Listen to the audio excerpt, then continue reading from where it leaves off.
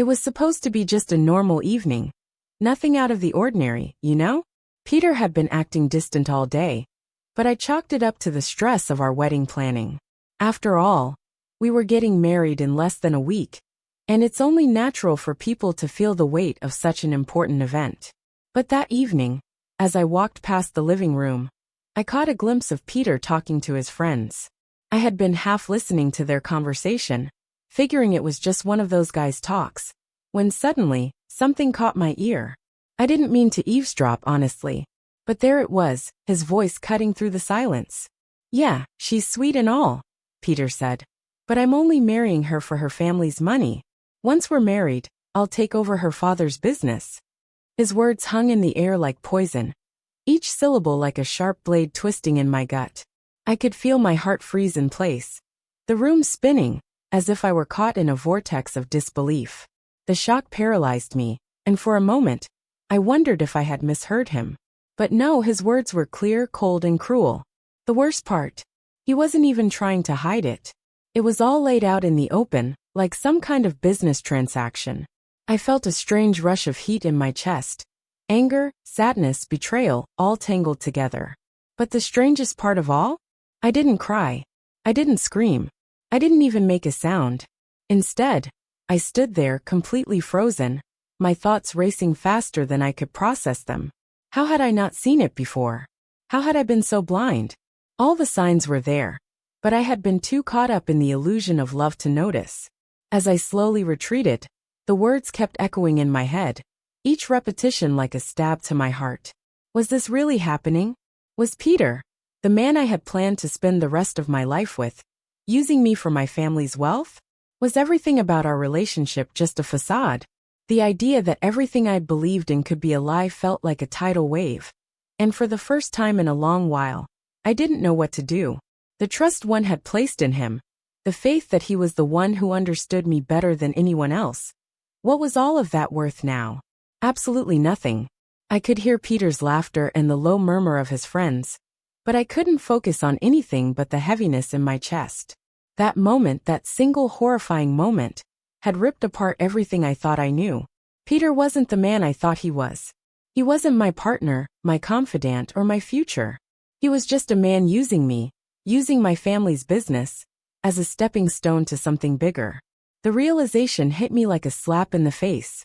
All the sweet gestures, the promises, the love he had shown me, it had all been part of the act. I slipped away quietly, retreating to the sanctuary of my room. But even as I sat there, the crushing weight of what I'd just heard wouldn't lift. How was I supposed to look him in the eyes after that? How could I even face him without knowing that he had been plotting behind my back the entire time? It felt like a bad dream, one I couldn't wake up from. He had betrayed me in the worst possible way. And the worst part, he didn't even care. He didn't even try to hide it, as if he believed he could just walk all over me without facing any consequences. I tried to breathe, tried to calm myself, but the truth was already sinking in deep. There was no going back now. The man I was about to marry, the man I thought I loved, had just torn apart everything that I believed in. I wasn't sure how I was supposed to move forward from this. Would I confront him? Would I call off the wedding? Or would I keep up the charade, pretending everything was fine, all while my heart shattered bit by bit? My mind raced with the possibilities, each more painful than the last. But one thing was certain. I wasn't going to let this slide. Not now, not ever. This betrayal, this vile betrayal, was something I could never forget. The anger surged within me, drowning out the sadness. I wasn't going to be some pawn in his game. I wasn't going to stand by while he destroyed my family's legacy for his own selfish gain. And as I sat there, my mind whirling with thoughts and plans, one thing became clear. Peter was going to regret ever underestimating me. The audacity of his betrayal left me speechless, but not for long. I had always been strong, always been the one who took control when life tried to knock me down. And now more than ever, I needed to take charge. I wasn't just going to be the victim here. I wasn't going to let him get away with it, no matter how much he tried to justify his actions. This was my life, my family, and I would fight to protect it, even if it meant exposing Peter for the fraud he truly was. The hours dragged on, each moment spent replaying his words in my mind, But with each passing minute, I felt a sense of resolve building within me. I wasn't going to fall apart. I wasn't going to cry. I wasn't going to let him see me weak. He had made his move, and now it was my turn. I didn't know exactly how, but I knew I would find a way to make him regret ever betraying me. After all, I wasn't the kind of person who would let someone like him get away with it. And so I waited. I waited for the right moment. The right time to show him exactly who he was messing with. But deep down, I knew one thing. Peter had no idea what was coming for him. His little game of manipulation was about to come to a screeching halt. I was done being his pawn. And as the realization settled in, I knew that from that moment forward, nothing would ever be the same again. The night felt endless, stretching out in front of me, filled with thoughts I couldn't quiet. As the silence of the house settled around me, I found myself trapped in my own mind. Peter's words still echoed, sharp and clear, in the back of my mind. He had said it so casually, as if it meant nothing. But for me, it meant everything. His betrayal had shattered the image I had of him, of us. The man I had been preparing to marry was not the man I thought I knew. No, he was something else entirely. And that realization struck deeper than any hurt. But here's the thing. I wasn't going to let this define me. Sure, I was hurt, I was angry, but something deeper inside me refused to break. I wasn't going to cry over a man who thought I could be so easily deceived. Instead, I stood tall, even if I wasn't sure how to move forward yet. What I knew was this. I had always been capable of standing on my own. I had never relied on anyone to make my decisions. And now, I would make the choice that would change everything. I didn't need to stay with someone who had so little respect for me. But even more than that, I realized this was about my father's legacy, our family's legacy. Peter had seen the business as a prize, something to inherit by marrying me. He hadn't just betrayed my trust. He had disrespected everything my father had worked for. And that I couldn't let slide. It wasn't just about me anymore. It was about defending everything we had built. The first steps weren't easy. I knew that confronting Peter wouldn't be enough. He would lie. He would deny everything, spin some story about how he never meant it. But I wasn't going to be taken in by more words. I needed something concrete. I needed to expose him in a way that would leave no room for doubt. But how? How could I do this without making it worse? Without bringing even more shame onto my family? As the hours passed, a plan began to form. I couldn't just confront Peter behind closed doors. No, it had to be public. It had to be at the wedding, at the moment when all our friends and family were gathered together, believing in something that was nothing more than a lie. I wasn't going to let him get away with pretending to be the loving fiancé. I was going to pull the rug out from under him, exposing him for the fraud he truly was. It wasn't easy to accept that I had to use the wedding to reveal his betrayal, but I knew it was the only way. A quiet breakup wouldn't be enough to show Peter that he had crossed a line. He needed to see the consequences of his actions in front of everyone. And it wasn't just about him. This was about showing everyone, including myself, that I wasn't just a victim in this. I wasn't some helpless woman standing by while someone took what they wanted. I had a voice, and I was going to use it. The next step was telling my father. I had no doubt in my mind that he would understand. But I also knew it wouldn't be easy for him to hear. He had always wanted the best for me. And exposing Peter at the wedding would hurt him too. But I couldn't keep this secret any longer. I had to tell him. And I had to make him see that this wasn't just about a man who had betrayed me. It was about our family's future. We had to act, and we had to do it quickly. When I finally spoke to my father, I could see the understanding in his eyes.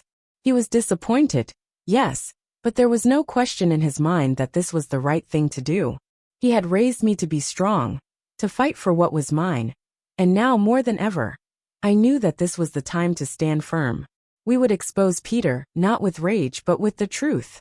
And the truth, as they say, always has a way of finding its way to the surface. The next few days were a blur. The wedding was still on, but everything had changed. The joy I had once felt about it was gone, replaced by a quiet resolve. I wasn't nervous about what I was about to do. I wasn't even angry anymore. I just knew it had to be done. There was no other option. Peter had made his move, and now it was my turn. As the wedding day approached, I felt a sense of clarity. This wasn't just about ending a relationship. It was about reclaiming my life, my future, and everything that Peter thought he could steal from me. I wasn't going to let him have it. Not now. Not ever. I was ready to face him, to expose him, and to take back control of everything that mattered. The day of the wedding arrived with a strange heaviness in the air, one that made everything feel surreal. The venue was set, the guests had arrived, and the anticipation was palpable. But there was no excitement in my heart, no flutter of joy that should have accompanied such an important day. Instead, I found myself walking through the motions, each step heavier than the last. I was about to marry a man who didn't love me, who had used me as a stepping stone. And worse, I was about to expose him to the world for what he truly was. I stood in front of the mirror, looking at myself. The wedding dress felt like armor, heavy and suffocating. I wasn't the woman I had once been. No, I had been changed, reshaped by the truth that had come crashing into my life. But in that moment, I felt something else too: empowerment. I wasn't going to walk down that aisle as the naive bride, blind to her fiancé's betrayal. No, I was going to walk down that aisle with my head held high, ready to do what needed to be done. Peter was waiting at the altar, smiling like the man who had it all figured out. His confidence, his charm, it was all part of the act. I could see it now, the facade he had so carefully crafted, the role he had played so well.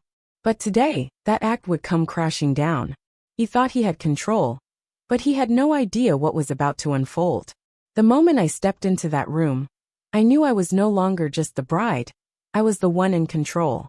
This was my moment, not his. The ceremony began, the music playing softly in the background as I took my first steps toward the altar. I could feel the eyes of everyone on me, and for a brief second, it almost felt like any other wedding. But then, as I reached the altar and saw Peter's smile, it all came rushing back. The betrayal, the lies, the years I had wasted on him. The fire that had burned inside me the night I overheard his confession flickered again. And I knew, without a shadow of a doubt, that this was the right decision. This was the only way. I took a deep breath and looked around. The guests, my friends, my family, they were all there, expecting the usual wedding ceremony, the vows, the promises of forever. But they weren't going to get that. They were going to get the truth. The truth that Peter had tried so hard to bury. The truth that would finally be laid bare for everyone to see. Peter took my hands, his eyes full of expectation. He was about to say the words that would bind us together, to claim me as his wife, as if I were a prize he had won. But I wasn't going to let that happen. I wasn't going to stand there and listen to his lies one more time. Instead, I reached into my pocket and pulled out the small device I had been hiding, an audio recorder. The same one that held the confession that would ruin him. With steady hands I pressed play, and as the words of betrayal filled the room, I saw Peter's smile falter. His eyes widened as the reality of the situation hit him. The truth was coming out loud and clear, for everyone to hear. He had thought he could manipulate me into silence, into compliance. But today, in front of all these people, he was exposed for what he truly was. A man driven by greed, using me as a pawn in his game. The room fell silent. No one moved, no one spoke. It was as if time had frozen, and for a moment, I almost thought the world had stopped turning. Peter's face turned pale, his hands trembling as he tried to comprehend what was happening. But it was too late. The damage was done. The lie he had built his life on had been shattered, and there was no going back. This was the end. I looked at Peter, my eyes cold and unyielding. His shame was now out in the open for everyone to see. The man who had tried to use me, to steal from my family, was now exposed for the world to witness. There was no pretending, no more charming smiles. Only the raw truth. And in that moment I realized something. I wasn't just taking back control of my life. I was also taking back my dignity, my future. No longer would I be bound by his lies. No longer would I allow someone like him to dictate the course of my life. The wedding I had once dreamed of was no longer about Peter and me. It was about me, standing on my own, showing the world the strength that had been there all along. The room fell into a tense, suffocating silence as the reality of what was happening began to settle in. The wedding that had been meant to mark the beginning of my life with Peter was now spiraling into the unraveling of his carefully constructed facade. His smile, once so confident and charming, had been replaced by a look of utter disbelief. Peter's eyes darted from me to the guests, but no words came. He was frozen in place, caught in a moment of utter humiliation that he could not escape. He stumbled, trying to cover his tracks, to make the truth sound like an exaggeration. "This is some kind of joke," he muttered, his voice shaking. But the damage was done. The recording continued, each word of his confession cutting deeper into the air, louder than anything he could say to deny it. The guests, once polite and murmuring among themselves, now turned their full attention to the drama unfolding before them. I saw their faces shift, from curiosity to shock, then disbelief, and finally disgust. Peter's reputation, carefully cultivated over the years, was crumbling right in front of him, and there was nothing he could do to stop it. As I stood there, I felt a strange mixture of empowerment and sorrow. It wasn't pleasure I felt as I watched Peter squirm. No, it was a quiet satisfaction, a realization that I was no longer the victim. I had taken control of the narrative, and there was no turning back. But Peter, he was no longer the man everyone had admired. The man who had been seen as charming, wealthy, and powerful was now a liar, exposed for the world to see. He had tried to manipulate me, but now his lies were laid bare. The guests' whispers grew louder. Some were already on their phones, no doubt sharing what was happening with others outside. The room buzzed with the sound of scandal, and I could feel Peter's carefully crafted empire of business relationships and social connections unraveling with each passing second. The friends who had stood by him, the ones who had laughed with him and praised his success, were now avoiding his gaze, shifting uncomfortably in their seats. Some couldn't look away, while others tried to pretend they hadn't heard the shocking truth. It was no longer a wedding. It was a public execution of a man who thought he could control everything and everyone. I didn't let myself look away. I couldn't. This was my moment, not just to expose Peter, but to remind myself that I was strong, that I had the power to take back what he had tried to steal from me. My father's business, my family's legacy, none of it was ever going to be his. As Peter's face contorted with panic, I couldn't help but wonder how he was processing the shock. Was he finally realizing that he had overplayed his hand? That no matter how much money he had, no matter how many people he had fooled, the truth would always win? Peter's first instinct was to retreat into his usual defense mechanism, his charm. But this time it wasn't working. He turned to the guests, trying to salvage his image, his voice growing louder, more desperate. "You all know me," he said, his words slurred with panic. "This is a misunderstanding. This is a joke, right? This isn't real." But the more he spoke, the less people believed him. His usual smooth demeanor was gone. The panic in his voice was palpable, and it only made him appear weaker in the eyes of everyone in the room. The lies he had so carefully constructed were being torn apart piece by piece, and there was nothing he could do to repair the damage. The look of horror in his eyes deepened as he scanned the faces around him. His father wasn't there. His business associates, the ones who had once believed in him, had already started to quietly exit the room, avoiding any association with him. I could see them trying to make excuses, talking in hushed tones, glancing nervously over their shoulders. They knew that the man they had trusted, the man they had admired, was nothing more than a fraud. And I knew deep down that the impact of this revelation would follow him for the rest of his life. Peter's reputation, the one he had built so carefully, would never recover. In that moment, I saw everything Peter had worked so hard to build shatter. His business ties, once so strong, were beginning to break. His partners no longer trusted him. His clients no longer believed in him. The world he had carefully constructed was crumbling before his eyes, and there was nothing left for him to hold on to. I could almost hear the sound of his empire collapsing, one connection at a time. The deals, the relationships, the power, it was all slipping away. And then, as the reality of the situation sank in, Peter tried to play his final card. He attempted to regain control by playing the victim, blaming me for ruining his life, for ruining our future. "You think I'm the bad guy," he shouted, his voice trembling with fury. "She's the one who's ruining everything. She's the one who..." But the more he shouted, the less anyone believed him. The guests had seen the truth, heard it with their own ears. No amount of shouting, no amount of blaming me for his actions, would ever change what had already been revealed. Peter had lost everything: his reputation, his connections, his business, and more importantly, his dignity. I watched him crumble, his posture sagging as the weight of his own deceit finally hit him. And as I stood there, watching him fall apart, I realized something. This wasn't just about Peter's humiliation. It was about reclaiming everything he had tried to take from me. I wasn't the one who had been humiliated. He was. He had chosen greed over honesty, manipulation over love, and in the end, it was his own downfall. And I had made sure everyone saw it. The guests began to leave, murmuring among themselves, shaking their heads in disbelief at what had just transpired. I stood there still, watching the chaos unfold, knowing that this was the moment that would define Peter's future. I had taken the power back, and he would never forget it. Peter had thought he could control me, but in the end, it was I who controlled the narrative. The humiliation he had suffered was just the beginning. His life, once filled with promises and falsehoods, was now a mess he could never untangle.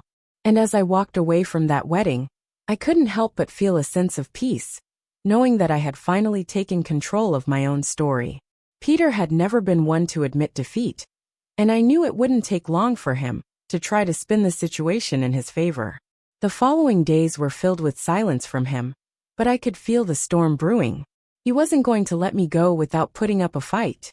And just as I expected, it wasn't long before he reached out, trying to manipulate me once again. His message came late at night, the words carefully chosen, like a smooth operator attempting to charm his way back into my life. I've been thinking about everything. It started. I know I messed up, but I still care about you. We can work through this. I'll change. I can prove it to you. The familiar line, the same one I had heard countless times before. But this time, it didn't have the power it once did. I didn't feel the pull of his words, the lure of his promises. I wasn't the same woman who had stood by his side, believing in his lies. I didn't respond immediately. I needed time to think, to process everything that had happened. I thought about all the pain he had caused, all the broken promises, and the lies he had told not just to me, but to my family, to everyone who had trusted him. The audacity to think that I would fall for it again, it was almost laughable. But Peter wasn't laughing. No, this time, I knew exactly what he was doing. He was trying to win me back, trying to use his charm to erase the truth. The next evening, I met him in person. He arrived looking as he always did, dressed in his usual suit, his hair perfectly combed, and that arrogant smile that made my stomach churn. He tried to speak before I even said a word, rushing to apologize, to tell me how sorry he was. I know I made a huge mistake, he said, his voice soft and pleading. I've had time to think, and I realize now that I've lost the best thing in my life. I love you, Jane. I always have. But as his words hung in the air, I couldn't bring myself to believe him anymore. I wasn't some naive girl waiting for him to change. He wasn't the man I thought he was, and no amount of apologies could erase what he had done. The trust was gone, and so was any chance of us ever being together again. I looked him in the eyes, my voice steady but firm. You don't get to manipulate me anymore, Peter, I said, each word cutting through the tension like a knife. You've made your choices, and you've shown me who you truly are. I'm not interested in your apologies, and I'm certainly not interested in giving you another chance. Peter's face flickered with frustration, his brow furrowed, and for the first time, I saw the cracks in his carefully maintained composure. He took a step toward me, desperation creeping into his voice. Jane, please, he said, his voice pleading now, almost frantic. You're the one I want. You're the one who means everything to me. I've changed. I'll prove it to you. Just give me one more chance. But I was done. I was no longer the woman he could control, the one who would believe his lies and promises. No, I was stronger than that. You don't get to decide how my life goes anymore, Peter, I replied, my voice unwavering. You've lost that right the moment you betrayed me, and I'm not going to forgive you. Not now. Not ever. The look on his face was one I would never forget. It was a mixture of rage, disbelief, and hurt, but also the realization that he no longer had any power over me. I wasn't the woman he had thought I was. I wasn't his to control, his to manipulate. I was my own person, and I was done allowing him to make me doubt that. Peter stood there for a moment, taking in what I had said. I saw him trying to process the finality in my words, but it didn't matter. There was no going back. I had made up my mind, and I wasn't about to let him sway me with empty promises. "You're making a mistake," he muttered under his breath, but I didn't flinch. I had heard it all before. His voice, his words, his manipulation. It didn't move me anymore. I had already made my choice. With that, I turned and walked away from him. I didn't look back, not even once. The final confrontation was over. There was no more room for him in my life. He had tried to break me, to control me. But in the end, it was I who walked away stronger, wiser, and more determined than ever to move forward without him. The weight that had been on my chest for so long finally lifted. For the first time in a long while I felt free. Free from his manipulation. Free from the lies. And with that freedom came a renewed sense of purpose. I wasn't just walking away from Peter. I was walking toward my future. A future that was mine to create, mine to shape, without him holding me back. The days that followed Peter's humiliation were strange, not as I had imagined them. I had anticipated feeling victorious, even vindicated, yet what I felt was a curious emptiness. The tension in the air, the weight of the truth being revealed, had left me unmoored, drifting in a sea of uncertainty. For so long, I had defined myself by my relationship with Peter, by the dreams we had shared and the future I had believed we were building together. Now all of that was gone, and while part of me felt a sense of relief, another part felt like I had lost the very foundation on which my identity had once been built. In those quiet moments after the storm, when the world seemed to pause and reflect, I allowed myself the time to grieve, not for the love I thought I had, but for the woman I had been. I had allowed myself to believe in Peter's version of us, to trust that we were on the same path, even when the signs were so clearly pointing elsewhere. It was a sobering thought, one that brought with it a sense of humility, but also strength. I wasn't just grieving the end of a relationship. I was mourning the loss of the naive version of myself, who thought that love could be built on a foundation of lies. And once I let that grief flow through me, I realized something crucial. I was done looking back. There was no room for regret. My father was my pillar during those early days. While I had always admired his wisdom and strength, I began to see him not just as the man who had built an empire, but as the man who had helped raise a daughter strong enough to weather even the toughest storms. As we sat together, discussing the future of the company, I felt his unwavering support, but also a subtle shift in how he saw me. He didn't just see me as his daughter anymore. He saw me as an equal. His faith in me was apparent, but I knew this was my moment to prove to him, and to myself, that I could take the reins. I started to involve myself more deeply in the day-to-day operations of the business. I pored over documents that had once been foreign to me, learned the nuances of corporate strategy, and spoke with clients with a confidence I hadn't known I possessed. I was learning fast, but it was more than just the technical aspects of running the company that had begun to change me. It was the realization that I had the power to shape my own future, independent of anyone's expectations or the shadows of my past. The more I embraced this new role, the more I saw how much I had underestimated myself. But it wasn't just about business. I started to rediscover the things I loved outside of work. I began spending more time with friends who had supported me through the darkest days. Their laughter, their encouragement. It was a lifeline I hadn't realized I needed. And slowly, I started rebuilding my life, not as an extension of someone else's ambitions, but as a woman who had her own voice, her own dreams. I had spent years believing that my value came from the people around me, from the relationships I had nurtured. But now I realized my value came from within. It came from the choices I made, the strength I showed in the face of adversity, and the compassion I had for others. I found myself stepping into situations that would have once terrified me.